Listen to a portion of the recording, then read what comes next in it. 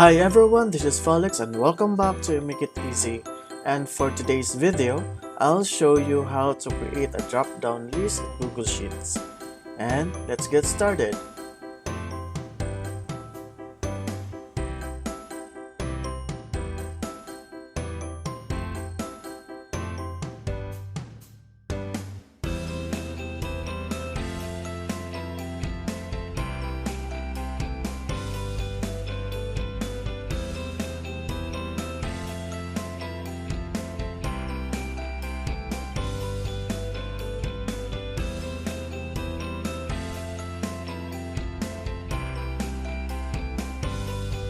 And that's it! You've created a drop-down list in Google Sheets. If you found this video helpful, please like and subscribe for more quick tips. Thanks for watching!